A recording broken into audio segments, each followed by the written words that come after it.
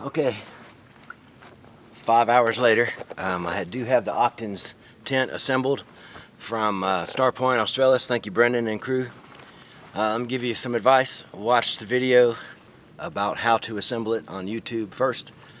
It took me several tries and several hours and a gigantic load of profanity to get this thing assembled, but it is very tough and very well designed. It's just different than what you're used to.